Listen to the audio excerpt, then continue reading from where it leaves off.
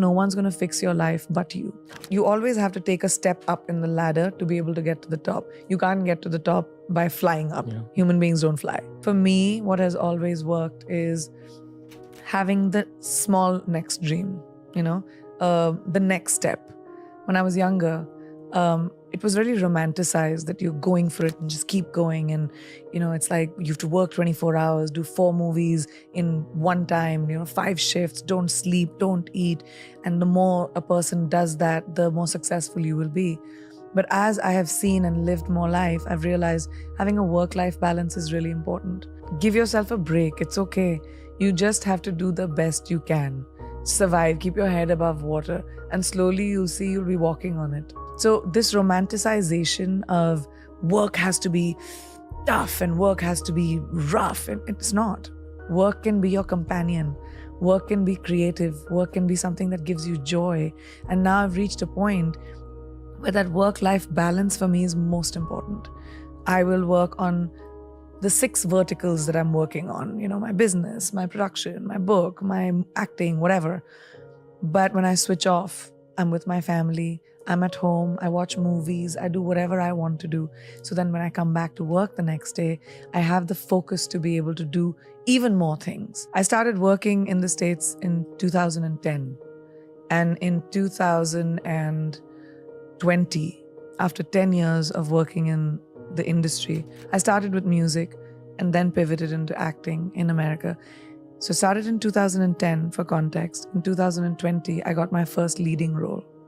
How long did it take me? 10 years. So people don't think about how much hard work, how much consistent knocking on doors, how much humility it takes to go to another country and start from scratch. But it required me to strip every single thing that I knew in India and the laurels that I had achieved in India, the awards that I had won, the movies that I had done, the box office successes that I had seen.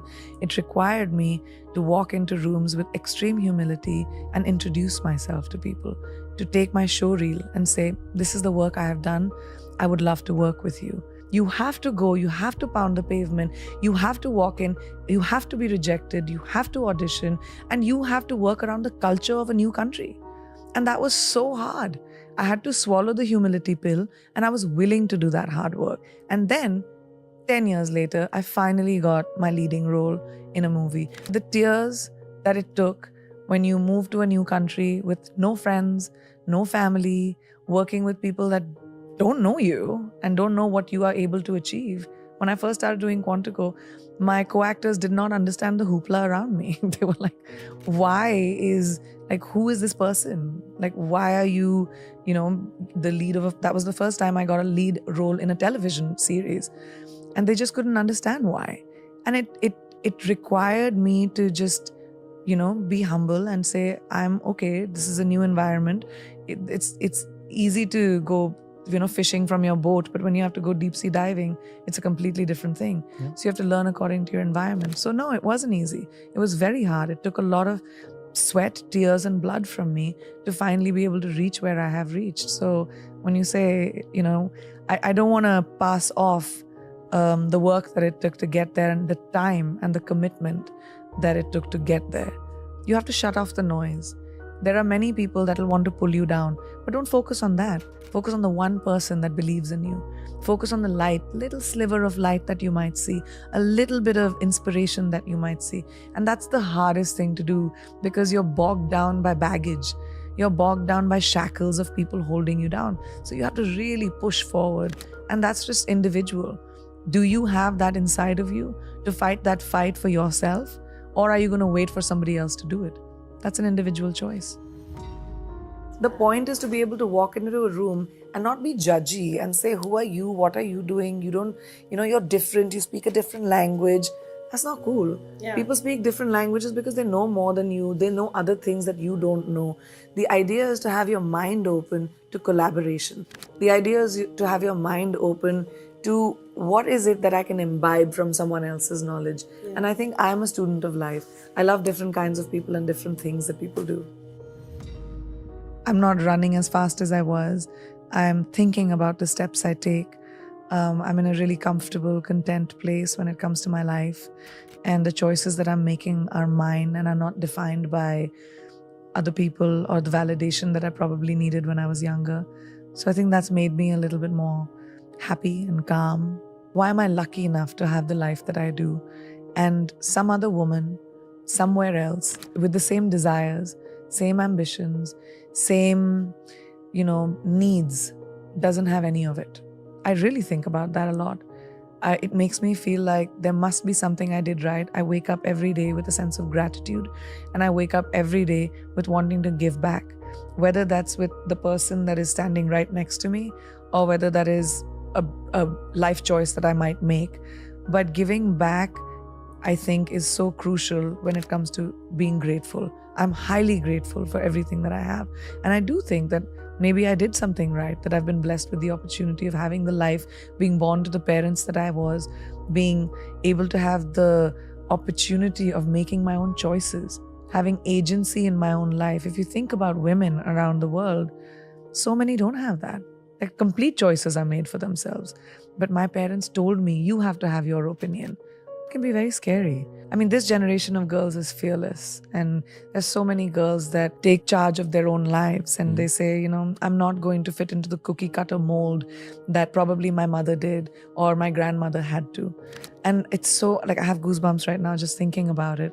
I meet so many young women who have changed the trajectory of their families because of the choices that they've made. I think my message would be that there's a lot of noise around us and people that tell us to be a certain way. I was talking the other day about someone that when I went to convent school, I had this thing called moral science, a subject called moral science, which taught me how women should be seen, not heard, the lengths of our skirts, how we should sit with our legs. There's so much that is being told to women that to be a good girl, you have to be a certain way. Good girls don't make history. Bold girls make history. Bold people make history. So if you want to be the lead actor of your movie, which is your life, you've got to take choices that might be contrary to what you've heard. And that empowerment may or may not come from your parents, may or may not come from your family or boyfriend or whoever you're around. It comes from you. And that no one can do. If you don't have that encouragement in your home, try to find it in your gut, because no one's going to fix your life but you. I don't know. I don't think about the future. I'm not someone I plan for the future, but I don't think about how far I can go. I mean, who knows what my future holds for me. But what I can think about is my present. And like I said, I like to imbibe from people that I know. The reason I take new steps is because I see someone else doing something new and I'm like, what can I do that'll make me feel how I feel about this person? It's about that feeling. It's about imbibing from the people around you. And it could be someone you admire on television. It could be someone in your class. It could be someone that you work with. But when you see something that you admire about someone, imbibe it. And I just love the fact that you can have an idea today and monetize it. Why not? You're not just reduced to, I won't say reduced to because I come from a family of doctors and engineers, but at that time, in my parents' generation and the generation before that, it was doctor, engineer, lawyer, military, government job. Like those 5 or 6 things that everyone had to aim for. But today, I think my generation of parents are not going to have those boxes for our children, right? You have an idea, let's run with it. Yeah. I think that innovation is the only way to evolve. And if you're not evolving, you're stagnant, it's boring, bye, you should go to bed. So I think, but for me, that's a little bit of a struggle for me. I juggle a lot of balls, and sometimes I'm just so tired that I don't pay attention to the next thing as much as I would want to. And I check the box sometimes, and it works, and it's okay, because a lot of us do it. We just go to work and do the bare minimum, and I have to remind myself that the bare minimum is not my standard for myself. It always has to be more than the minimum. And you have to remind yourself to take some time. You just have to take some time to whatever you want to do. Go to bed early, have ice cream, just feed your soul. When you feed your soul as a human being, when you're with your family, your friends, you laugh a little, you bring joy, innovation happens. Creativity comes from a place of feeling good with yourself. And I think the most important thing is to feed who you are, and then it just does. What is my best opportunity at 18, at 25, at 35, at 60? Who is it that you want to be? So age ain't nothing but a number. That's a real fact. We put too much equity on age. It just doesn't matter. What matters is what you do about your life in the moment right now.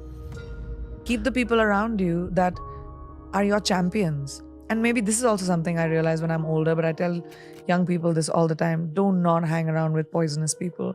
Do not keep people around you that are toxic, that mess with your brain.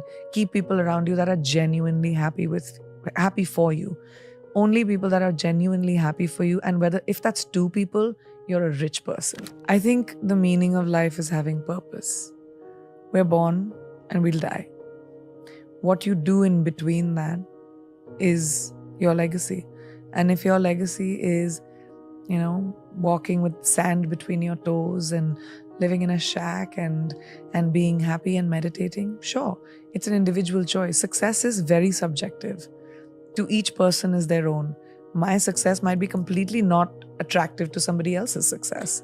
The equity that we put on, you're the most successful, one of the most successful people on the planet, whatever, great. That's my version of it.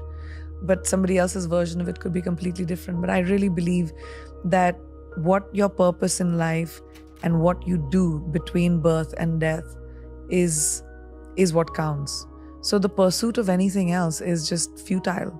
The pursuit should be, what am I doing in my life? What do I want to do in my life? Who do I want to be? Who do I want to touch? What do I want to create? Do I want to create? Or maybe I don't want to create. And all of it is fine, as long as you're at peace with the choices you make. So make choices that make you feel peaceful.